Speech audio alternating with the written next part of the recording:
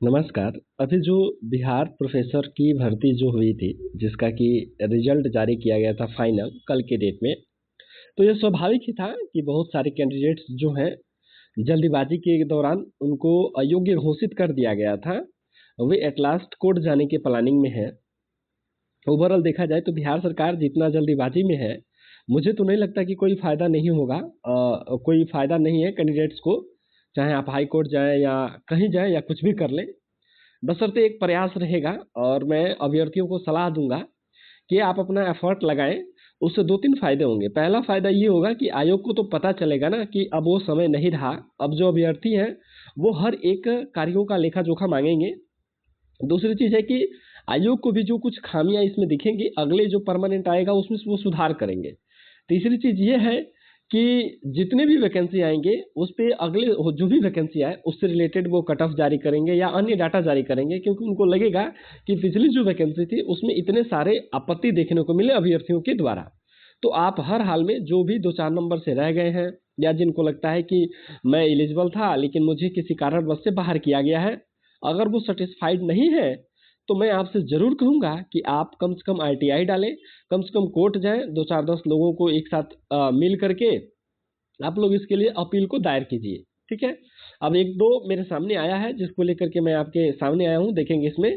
सेवा में देख सकते हैं लोक सूचना पदाधिकारी सह बिहार राज्य विश्वविद्यालय सहयोग, ठीक है? 8वां तल बिहार विद्यालय परीक्षा समिति अकादमिक भवन, आप देख सकते हैं बुद्ध मार्ग पटना। इसमें क्या है कि इसका विषय देख लेंगे। विज्ञापन संख्या CAP SOC 626 के अंतर्गत समाजशास्त्र विषय में सहायक प्राध्यापक चयन प्रक्रिया से संबंधित सूचना का अधिकार अधिनियम 2005 के तहत सूचना उपलब्ध कराने हेतु आवेदन।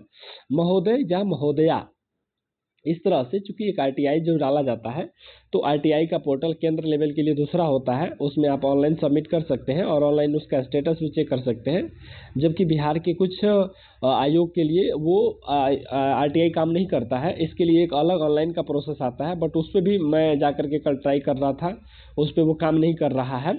तो आप ऑफलाइन के तौर पे कर सकते हैं और ऑफलाइन करने के लिए आपको इस तरह का एप्लीकेशन लिखना होता है और ये एप्लीकेशन ले जा करके जिस आयोग में से आपका इशू रहेगा, उस आयोग के एक अधिकारी होते हैं, लोक सूचना पदाधिकारी वगैरह, उनको ये दिया जाता है। बाकी वो इसी का निस्तारण करते हैं या कुछ दिन के बाद इसका आपको रिप्लाई देंगे। तो फिर आप देखेंगे इसमें कि ये जो कैंडिडेट के द्वारा आरटीआई लगाया गया है, उसमें क्या-क्या माँग किया गया था। तो आप देखेंगे उन्होंने 4 माँगे किए हैं, जो कोई भी है उनका नाम छुपा दिया गया है। सभी चयनित अभ्यर्थियों के एपीआई अंक एवं साक्षात्कार इंटरव्यू में प्राप्त अंकों की सूची। उसके बाद सभी चयनित अभ्यर्थियों की श्रेणी, कैटेगरी, अधिवास राज्य या डोमिसाइल के हैं तो उनका विवरण चाहिए। इंटरव्यू के मूल्यांकन का मानदंड, आखिर किस आधार पे आपने उसका मूल्यांकन इवैल्यूएशन किया है।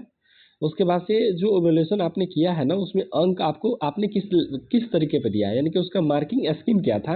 क्योंकि ऐसे कैंडिडेट्स का मानना है ना कि उसके साथ पक्षपात हुआ है, यानी इंटरव्यू में उनके साथ पक्षपात हुआ है, इसीलिए वो इसके प्रोसेस के बारे में भी जानना चाहता है।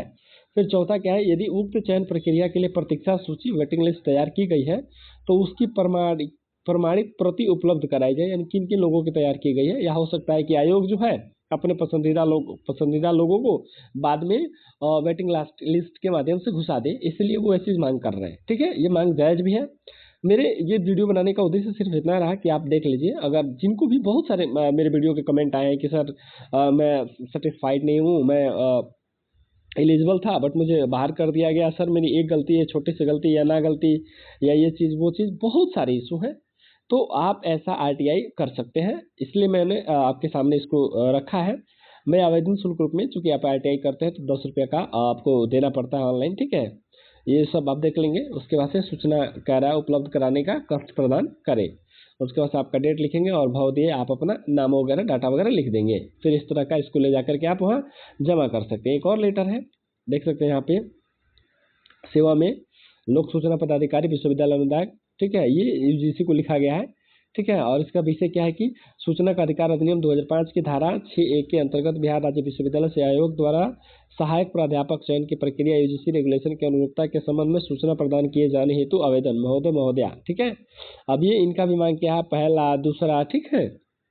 इत्यादि ये सब लोग मांग किए हैं। इनको डाउट है कि ये जो प्रोसेस चल रहा है ना, वो प्रोसेस गलत है, यूजीसी के नियम के तहत ये प्रक्रिया नहीं है, और इसी प्रक्रिया को लेकर के पटना हाईकोर्ट में जा रहे हैं। मैं एक बार और आपको कह देता हूँ कि मुझे जहाँ तक लग रहा है कि किसी के कहीं किसी कोर्ट में जाने से इस बहाली पर कोई प्रभाव नहीं पड़ेगा, लेकिन आपको कोर्ट में जाने से आयोग को इस बात का एहसास होगा कि अब वो समय नहीं रहा, हम मनमानी नहीं कर सकते हैं।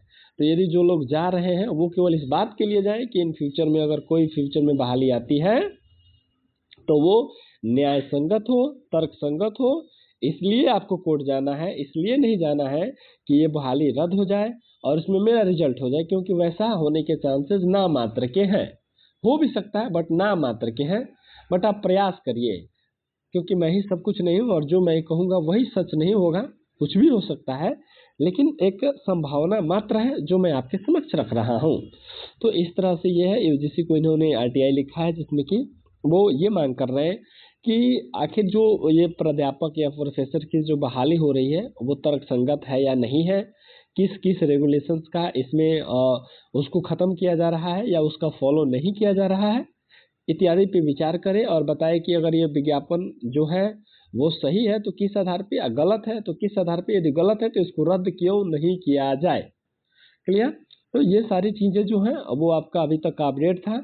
बाकी आज जो भी बीएसएस जो बिहार सचिवालय आयोग, सॉरी, बिहार राज्य विश्वविद्यालय आयोग है, वो कॉलेजों का अलॉटमेंट करने का लेटर जारी करेगा, और जैसे ही जारी करता है मिलेंगे उस वीडियो में। तब तक के लिए धन्यवाद।